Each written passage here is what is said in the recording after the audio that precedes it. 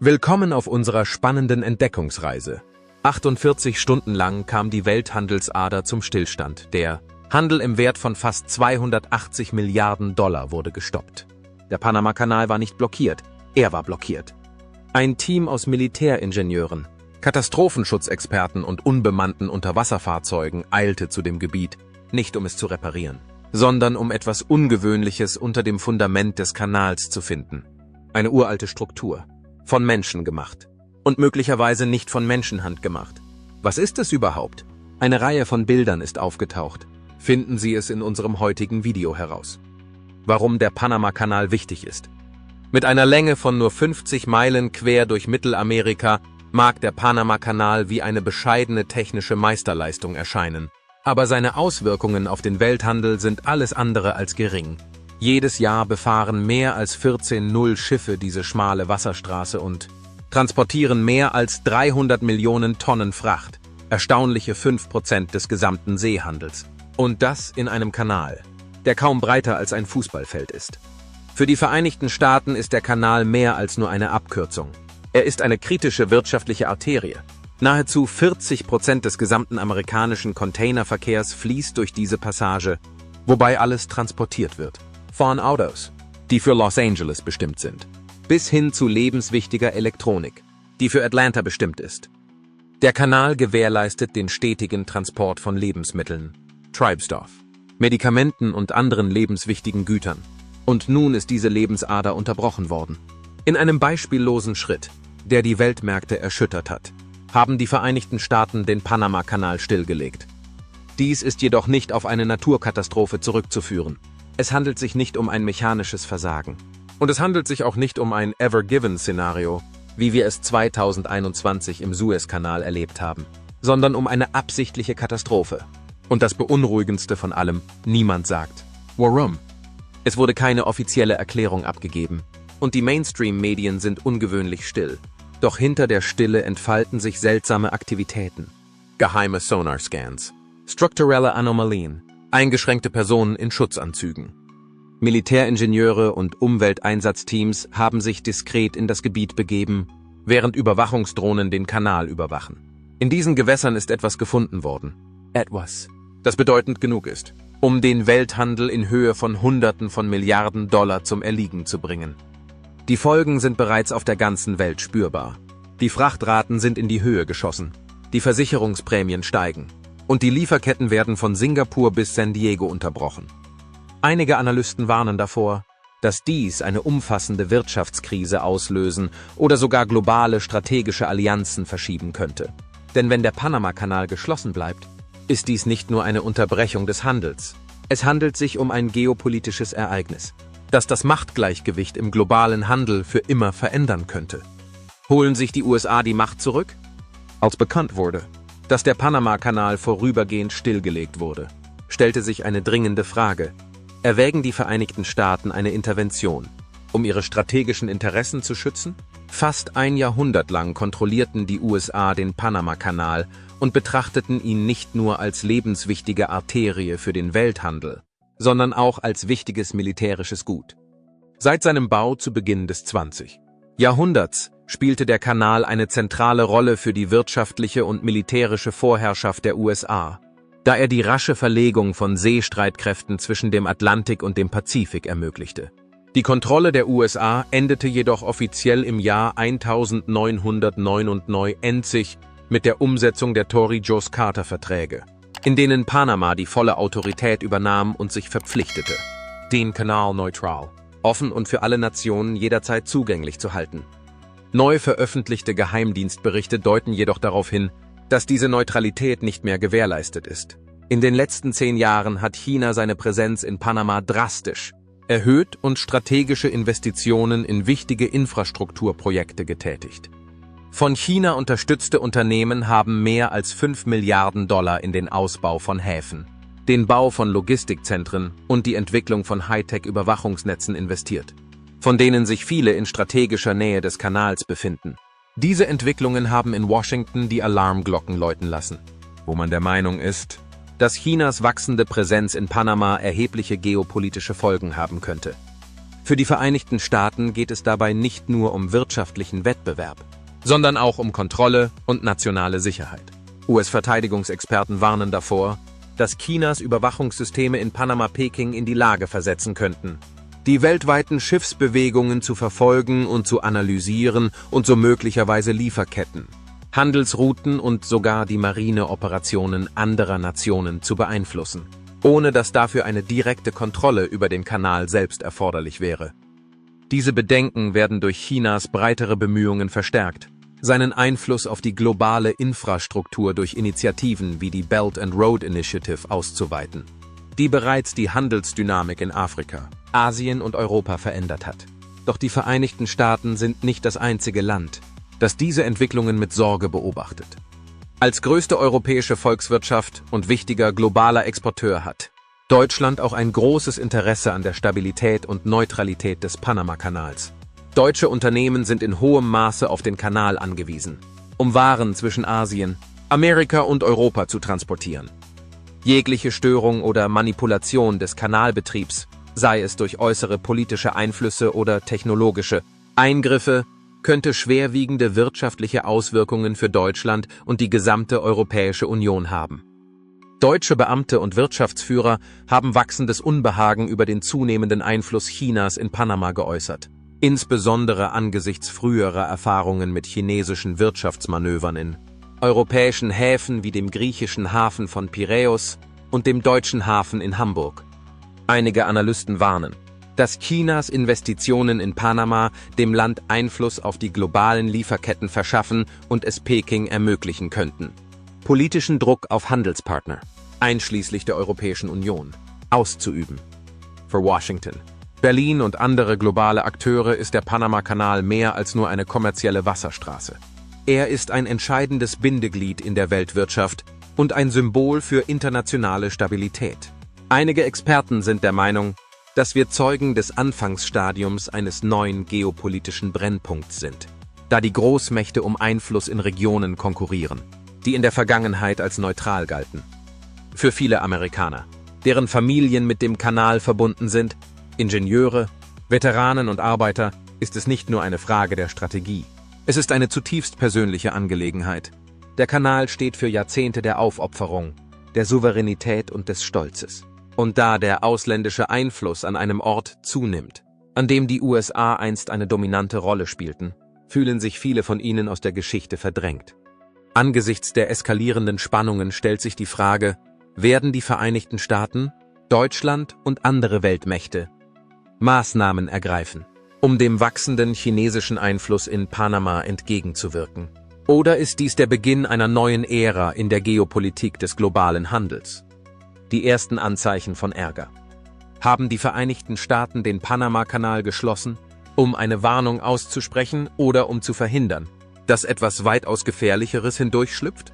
Doch während sich die Aufmerksamkeit der Weltöffentlichkeit auf die Politik und die Machtspiele oberhalb der Wasserlinie konzentrierte, begann sich unterhalb der Wasserlinie etwas weitaus Beunruhigenderes zu regen und warf Fragen auf, die keine Regierung bereit war zu beantworten. Es begann mit einem Geräusch.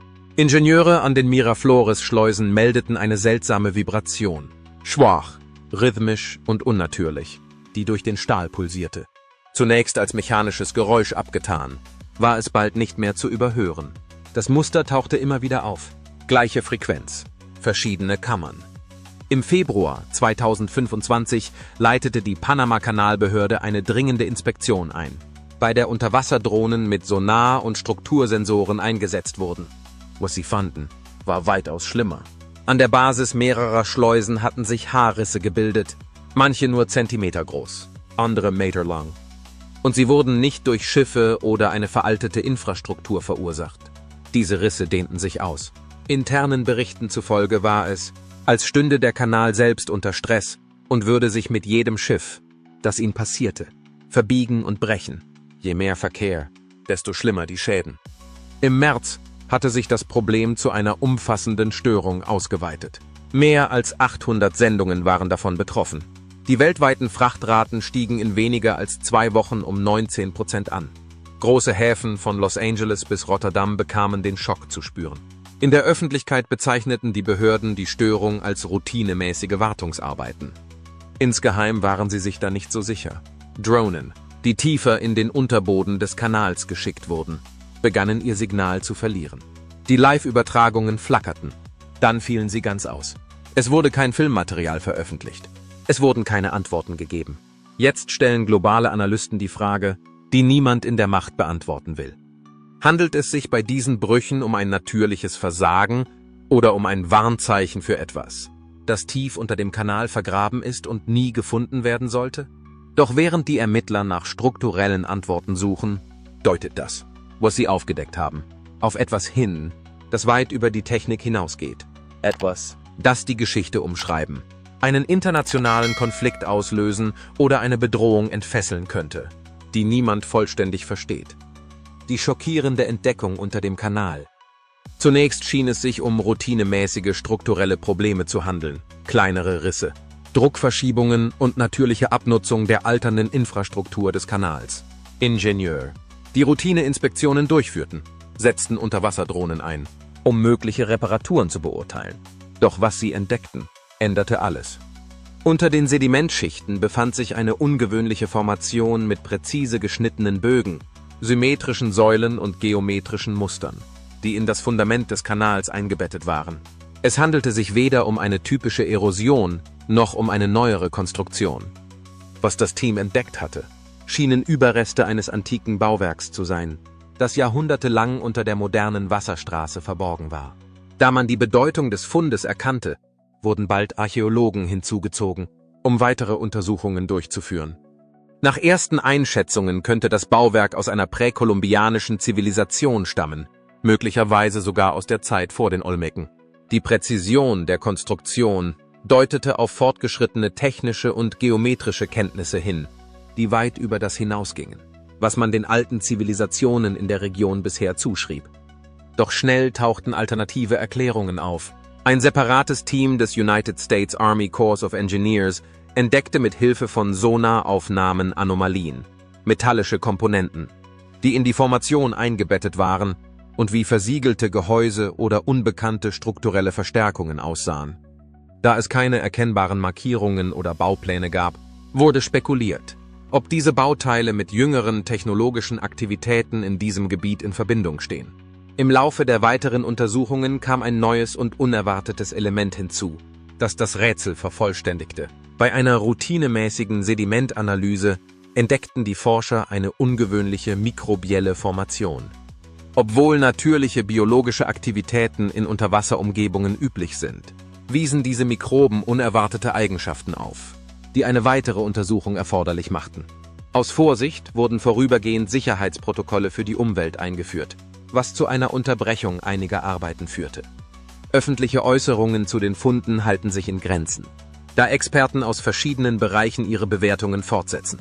Ob diese Entdeckung nun auf ein verlorenes Kapitel der Geschichte, eine unbekannte technologische Entwicklung oder eine natürliche Anomalie hindeutet. Eines ist klar, etwas unter dem Panama-Kanal hat die weltweite Aufmerksamkeit auf sich gezogen. Und was auch immer es ist, seine Geschichte beginnt sich gerade erst zu entfalten. Vertuschungstheorien und das Schweigen der Medien. Sie haben die Schlagzeilen gesehen. Der Panama-Kanal ist von erheblichen Störungen betroffen. Die weltweiten Schifffahrtsrouten sind stark beeinträchtigt. Und in den Lieferketten kommt es zu erheblichen Verzögerungen. Allein in den letzten 30 Tagen waren Waren im Wert von über 280 Milliarden Dollar betroffen. Doch trotz des Ausmaßes des Problems ist die Berichterstattung in den Medien erstaunlich gering. Große Medien wie CNN, BBC und Reuters haben kurz über Wartungs- und Betriebsprobleme berichtet. Doch Satellitenbilder und Insiderberichte lassen vermuten, dass mehr dahinter steckt. Jüngste Luftaufnahmen zeigten unerwartete Entwicklungen in der Nähe wichtiger Anlagen, neu gebaute Einrichtungen, die vor 3 Monaten noch nicht vorhanden waren. Dies hat zu Spekulationen über die weiteren Auswirkungen der anhaltenden Störungen des Kanals geführt. In einem privaten Technikforum soll ein internes Memo aufgetaucht sein, das auf strategische Bedenken im Zusammenhang mit dem Betrieb des Kanals hinweist. Das Dokument wurde zwar schnell wieder entfernt, aber sein kurzes Auftauchen hat die Diskussion über die Situation vor Ort weiter angeheizt.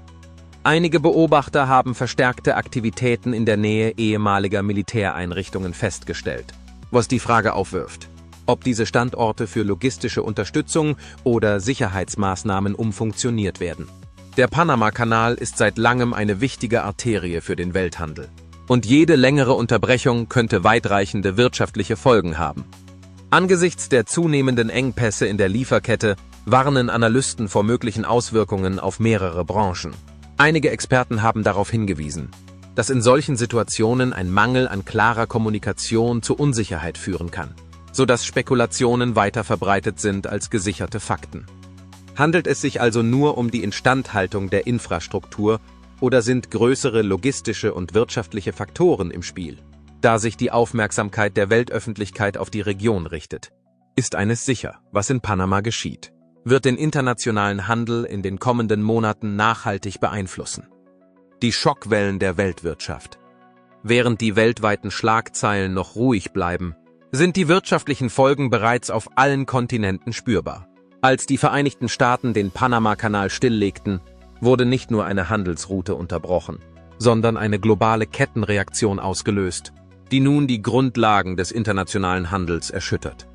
Da der Kanal versiegelt ist, sind die Schiffe gezwungen, Tausende von Meilen nach Süden zu fahren und Kap Horn zu umfahren, eine der gefährlichsten Seepassagen der Welt. Dieser Umweg bedeutet 17 zusätzliche Tage auf See und Millionen von Dollar an zusätzlichen Kosten für Treibstoff, Arbeit und Versicherung pro Reise. Seit Ende März 2025 liegen mehr als 1500 Frachtschiffe fest, werden umgeleitet oder sitzen in Haltezonen fest. Schifffahrtsunternehmen melden einen Anstieg der weltweiten Transportkosten um 22%.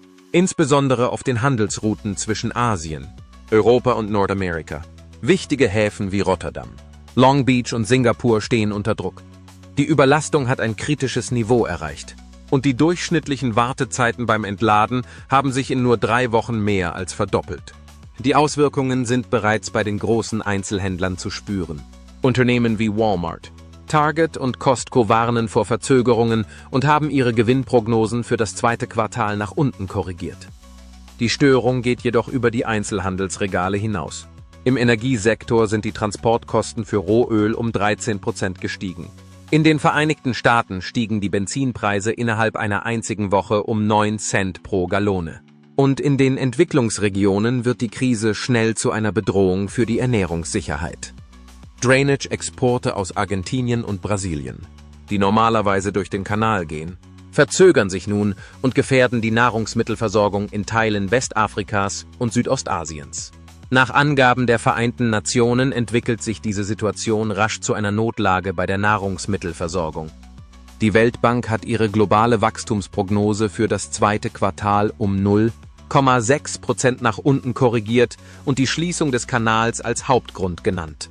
Unterdessen sinken die Schifffahrtsindizes und die Versicherungsprämien auf den mit dem Kanal verbundenen Routen sind um mehr als 30% in die Höhe geschnellt. Es handelt sich nicht nur um eine Verlangsamung, sondern um ein globales System, das auf Schnelligkeit und Präzision aufgebaut ist und nun gewaltsam aus dem Rhythmus gebracht wird. Ein Wettlauf gegen die Zeit. Während sich die wirtschaftlichen Schockwellen ausbreiteten, begann im Stillen ein weiterer Kampf, der sich nicht gegen einen ausländischen Gegner, sondern gegen ein totales Systemversagen richtete. Als die Handelswege zusammenbrachen und der globale Druck stündlich zunahm, wurde klar, dass es sich nicht nur um eine Störung, sondern um einen Countdown handelte. Das United States Army Corps of Engineers wurde in den Panama-Kanal entsandt. Sie wurden von Notfallteams aus Kanada, Deutschland, Japan und Panama unterstützt. Ihr Auftrag? Die kollabierende Arterie des Welthandels zu stabilisieren. Aber sie arbeiteten nicht allein. Im Kanal wurden fortschrittliche Drohnen mit Dot-i-Dot-Dash-Antrieb, Unterwasser-Reparaturroboter und prädiktive Sensor-Arrays eingesetzt. Diese Systeme verfolgen nun mikroskopisch kleine Verschiebungen in der Infrastruktur, erkennen für das menschliche Auge unsichtbare Brüche und simulieren Belastungsszenarien Stunden oder sogar Tage im Voraus. Jeder Tag, an dem der Betrieb des Kanals eingeschränkt ist, bedeutet wirtschaftliche Verluste in Milliardenhöhe. Als Reaktion darauf führen die Besatzungen den komplexesten Eingriff unter Spannung durch, der jemals an einer funktionierenden Wasserstraße versucht wurde. Doch trotz der unablässigen Bemühungen und modernster Technologie übersteigt der Schaden weiterhin die Reparaturen.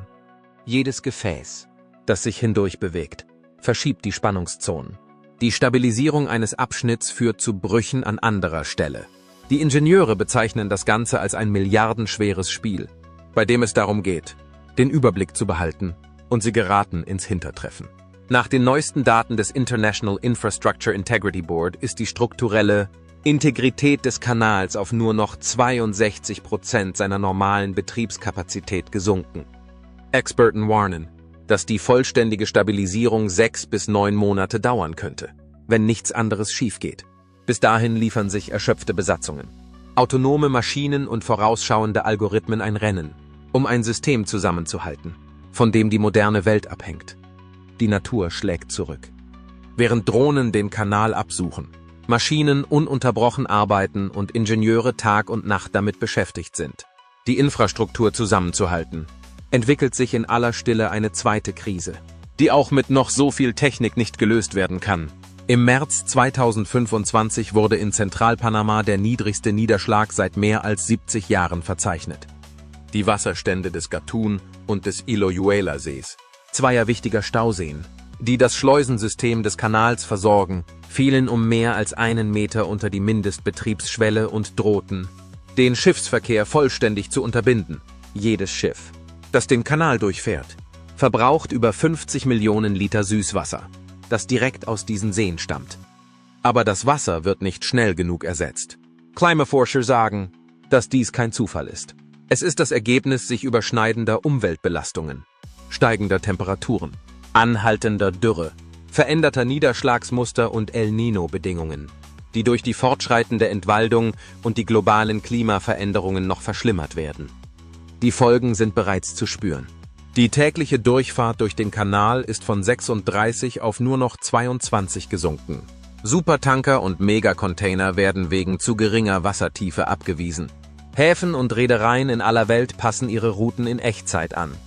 Was einst ein Triumph der Technik und der globalen Zusammenarbeit war, wird nun von Kräften getestet, die keine Maschine ausmanövrieren kann. Wie ein örtlicher Fischer es ausdrückte, sagten wir früher, der See habe keinen Grund. Jetzt kann ich es sehen. Es handelt sich nicht mehr nur um einen panamaischen Notfall. Es ist eine Warnung. Wenn eine der wichtigsten Handelsrouten der Erde durch fehlenden Regen zum Stillstand gebracht werden kann, welche anderen Systeme sind dann näher am Zusammenbruch, als wir denken? Eine neu verdrahtete Welt. Der Panama-Kanal war nie nur eine Wasserstraße. Er war eine Garantie, ein Symbol dafür, dass der Welthandel schnell, effizient und zuverlässig sein kann. Aber jetzt ist dieses Vertrauen erschüttert. Da die Zukunft des Kanals in Frage steht, warten Nationen und Unternehmen nicht länger ab. Sie sind dabei, die Regeln des globalen Handels neu zu schreiben. Im Norden beleben sowohl Finnland als auch Russland die arktischen Schifffahrtsrouten wieder, die früher als zu gefährlich galten. Mit steigenden Temperaturen und der saisonalen Eisschmelze werden diese Passagen jedoch zugänglicher und wirtschaftlich rentabler. Unterdessen beschleunigen Indien und der Iran den seit langem geplanten internationalen Nord-Süd-Verkehrskorridor, der Mumbai über Teheran mit Moskau verbindet und eine bedeutende Alternative zu den traditionellen Handelsrouten darstellt. Weiter südlich unternehmen Brasilien und Argentinien mutige Schritte und investieren Milliarden in kontinentübergreifende Eisenbahnstrecken und die Infrastruktur von Pazifikhäfen. Diese Projekte werden mit der klaren Absicht entwickelt, den Panama-Kanal vollständig zu umgehen. Carlos Mendes, Logistikexperte aus São Paulo, drückt es so aus: Die Welt hat sich immer durch Panama bewegt. Jetzt lernen wir, uns ohne ihn zu bewegen. In den Vorstandsetagen der Unternehmen ist ein Wandel in der globalen Strategie im Gange. Das früher vorherrschende Just-in-Time-Logistikmodell, das auf Effizienz ausgelegt war, ist einer Just-in-Case-Logistik gewichen, die Vorräten, Reservelagern und diversifizierten Versandrouten Vorrang einräumt. Das Ergebnis? Eine grundlegende Umstrukturierung der globalen Lieferketten. Und mit jeder Verschiebung im Handel geht auch eine Verschiebung der Macht einher. China baut seine digitale Seidenstraße aggressiv aus und integriert die Dateninfrastruktur mit den physischen Transportnetzen, um nicht nur den Warenverkehr zu kontrollieren, sondern auch die Art und Weise, wie die Waren verfolgt, gelagert und reguliert werden. Die Vereinigten Staaten sind sich der aufkommenden Schwachstellen bewusst und verstärken ihre Marinepräsenz und ihren diplomatischen Einfluss, um die arktischen und atlantischen Korridore zu sichern, eine Strategie, die an die maritime Positionierung aus der Zeit des Kalten Krieges erinnert und nun in Echtzeit umgesetzt wird. Sogar die Technologiebranche schaltet sich ein. Unternehmen wie AtlasNet und Hyperbridge entwickeln autonome Frachtschiffe, kreuzungsfreie, von künstlicher Intelligenz gesteuerte Schiffe, die speziell für die Navigation in globalen Gewässern konzipiert sind, ohne sich auf traditionelle Engpässe wie den Panamakanal zu verlassen. Die Zukunft des Handels wird über Kontinente, Klimazonen und digitale Netzwerke hinweg neu gestaltet. Einige Routen verschwinden, während andere an unerwarteten Orten neu entstehen. Die Unterbrechung des Panamakanals hat nicht nur logistische Herausforderungen mit sich gebracht, sondern auch den Beginn einer neuen Ära eingeläutet. Eine Ära, in der Einfluss und Handel nicht mehr dort fließen, wo sie früher waren, sondern wo immer sie können. Was kommt also als nächstes? Ein dezentraleres Handelsnetz? Eine vollautomatische Lieferkette? Oder ein System, das anfälliger ist als je zuvor? Diese Fragen werden in Echtzeit beantwortet. Und ob wir uns dessen bewusst sind oder nicht, wir sind alle Teil dieses Wandels. Wenn Ihnen das heutige Video gefallen hat, vergessen Sie nicht, es zu mögen und unseren Kanal zu abonnieren. Klicken Sie jetzt auf das Video auf Ihrem Bildschirm, wir sind sicher. Sie werden es faszinierend finden. Oder hinterlassen Sie unten einen Kommentar zu dem Thema, das wir als nächstes behandeln sollen. Vielen Dank fürs Zuschauen und wir sehen uns im nächsten Video.